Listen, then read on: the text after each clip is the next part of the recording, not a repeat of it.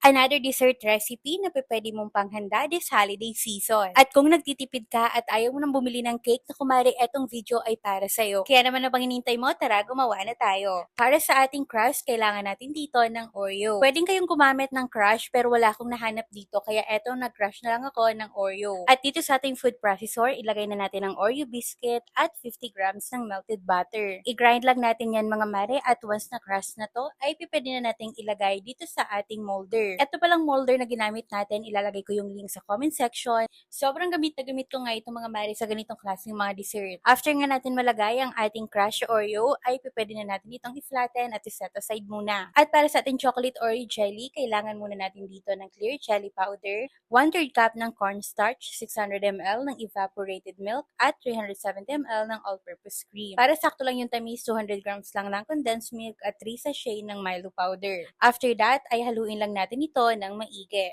At para naman sa complete list ng mga ingredients na ginamit natin dito, ilalagay ko na lang din dyan sa comment section. Dinuluto lang pala natin ito over low-medium heat para hindi masunog ang ating jelly. Once mag-take na ito at kumulo na, patayin na natin ang apoy at ilalagay na natin dito yung medyo lakihan lang natin yung pag-mash ng ating Oreo cookies. At after natin mahalo ito ng mabuti, ilalagay na din natin dito sa ating molder. At tips lang pala para sa mas magandang consistency, kailangan lang natin ito i-refrigerate overnight. At kapag nga nag-set na din ito at na-chill na natin overnight, ay pwede na tayo dito mag-dust ng Milo powder on top. Na kumari perfect na perfect tong panghanda ngayong holiday season. Hindi mo na kailangan bumili pa ng mamahalin na cake. Ngayon nga, slice na natin ito mga mare at tingnan nyo naman kung gaano kaganda yung layer na nagawa natin. At sa mga Oreo lover dyan at Milo lover, naku magugustuhan nyo ang ganito kasarap na cake. Masarap, smooth, at higit sa lahat, napaka-affordable lang ng mga ginamit natin na ingredients. Kaya naman ano pang hinintay mo, try mo na din gumawa nito.